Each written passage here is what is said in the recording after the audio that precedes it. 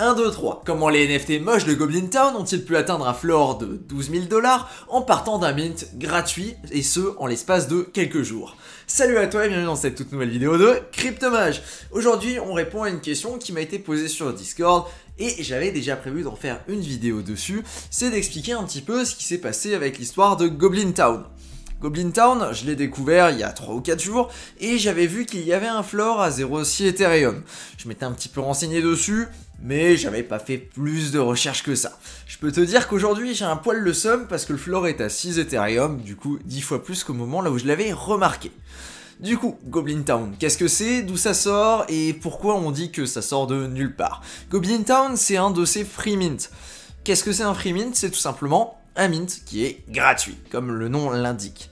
Alors non, il n'y a pas d'arnaque ou quoi que ce soit, non, le mint est simplement gratuit. L'utilisateur, en tout cas le fondateur, va se payer directement sur les frais qui sont générés via les trades sur OpenSea. Je sais pas combien c'est sur cette collection, mais en général c'est entre 2,5% et 7,5%. En fonction des mecs qui ont créé la collection et de combien ils sont, voilà, ça se répartit, etc., etc.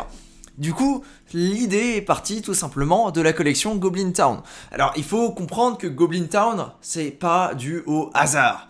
Goblin Town, en fait, c'est un mème récurrent qu'on a vu sur Twitter ces dernières semaines et même ces derniers mois, là où les mecs étaient tout le temps en train de dire, sur le Twitter anglophone évidemment, on va direction Goblin Town, on est en train de se péter la gueule, quand le marché se casse la gueule, direction Goblin Town. C'était un mème, c'est devenu récurrent, il y a énormément de personnes qui l'ont emprunté, qui l'ont utilisé. L'idée en fait, ça a été de se baser là-dessus, sur ce mème, sur cette référence pour créer une collection. Qu'est-ce qu'on peut créer comme collection basée là-dessus? Une collection de gobelins, comme le nom l'indique.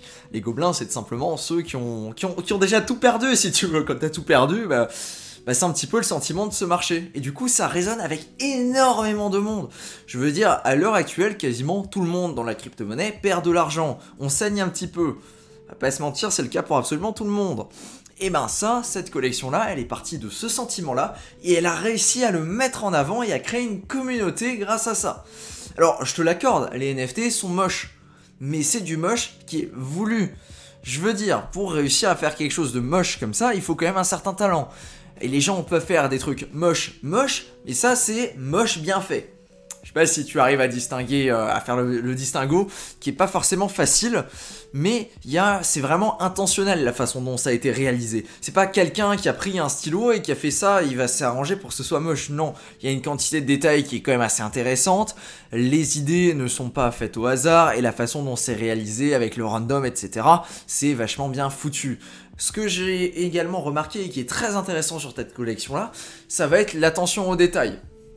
Alors plus que d'avoir des gobelins et dans les dessins, même si c'est pas tellement les dessins qui vont m'intéresser, ça va surtout être au niveau des traits. Les traits sont écrits avec des jeux de mots, enfin je vais pas dire des jeux de mots, mais d'une façon assez particulière, là où tu peux lire que les traits en fait, ça a vraiment été écrit limite par des gobelins, et ça représente vraiment cette idée que ça a été fait par des gobelins. Et j'adore, si tu veux, il y a aucun mot qui est écrit en anglais pur, mais qui sont écrits en anglais un petit peu modifié, saccagé, vraiment comme si c'était fait par des gobelins, tu vois, et si les gobelins pouvaient parler, ils parleraient exactement comme ça en anglais. Et c'est ça ce que j'adore, c'est la petite note supplémentaire, si tu veux, qui permet de rajouter de la crédibilité. Par exemple, l'œil gauche, c'est eye on that side, et l'œil droit, c'est eyes on this side. L'œil d'un côté, l'œil de l'autre côté. C'est tout con comme idée, mais ça va tellement bien avec la collection que ça rajoute énormément de puissance au lore et à la crédibilité de ce qu'il y a derrière. Parce que là où on pourrait avoir un œil très très rapide et se dire que cette collection-là, elle a été faite en 2 secondes, absolument pas. Absolument pas, c'est une collection qui est totalement intentionnelle et ça se remarque. Il y a énormément de détails déjà, comme j'ai pu te le dire, au niveau de des traits en premier lieu, mais aussi au niveau du site qui a été créé, et tout a été pensé pour. Je veux dire, même dans le code du site, il y a des gars qui se sont amusés à aller chercher et ils ont trouvé des références aux gobelins. Le simple fait qu'il y ait écrit sold out fuckers, c'est pas laissé au hasard, c'est intentionnel. Tout a été écrit, tout a été fait vraiment pour que ça ramène cette image des mecs qui ont tout perdu, qui sont un petit peu devenus les nouveaux gobelins. Et il y a plein de façons dont c'est fait qui sont assez intéressantes. Regarde, par exemple, one free plus gaz mint per valet. Don't be fucking greedy, ne sois pas avare, on va dire. C'est comme ça qu'on est arrivé ici. Juste ça, en fait, bah, ça communique carrément l'ambiance qu'il y a, et si tu veux, ça dégage un effet de communauté qui est très très fort avec tout le lore et tout ce qui s'est développé autour. C'est moche, mais c'est fait exprès, et c'est vraiment un artiste qui a passé du temps et qui s'est amusé à faire tous ces dessins-là. Il y a même des NFT qui sont uniques basés là-dessus, certains ce sont même ces traits-là. En tout cas, c'est clairement intentionnel, et c'est loin d'être un hasard si ça a cartonné autant. C'est vraiment dû à tout ça et à tout le lore qui a été construit autour. A noter également qu'il n'y a pas de serveur Discord et que tout se fait vraiment sur Twitter pour favoriser l'engagement et faire en sorte que tout soit vraiment disponible. On notera aussi le fait qu'il n'y ait pas de roadmap, pas de Discord du coup, pas d'utilité de prévu et que le contrat est totalement open source. Et il précise qu'il n'a pas été écrit par vraiment des gobelins. Bonne chose à savoir les gars si vous voulez imiter ce truc, qui a déjà sell out évidemment pour 10 000 pièces. Du coup voilà, on est sur une collection plutôt stylée. Je voulais encore aller un cran plus loin parce que j'étais tombé sur un tweet qui a fait ses recherches et qui disait avoir trouvé un lien potentiel entre Yuga Labs et Goblin Town. C'est du coup extrêmement spéculatif, hein, c'est pas vraiment à prendre tout mot pour mot, mais c'est un mec qui a fait ses recherches, il est tombé sur plusieurs choses.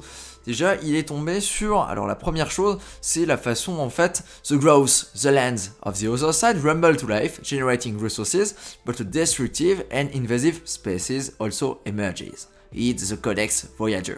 Ça, c'est un texte directement qui vient du coup du site de The Other Side, créé par Yuga Labs, qui est un petit peu... Enfin, pas un petit peu, mais qui est le métaverse pour les apes. Ils disent littéralement qu'il y a une espèce invasive et destructrice qui est venue ici et qui commence à émerger.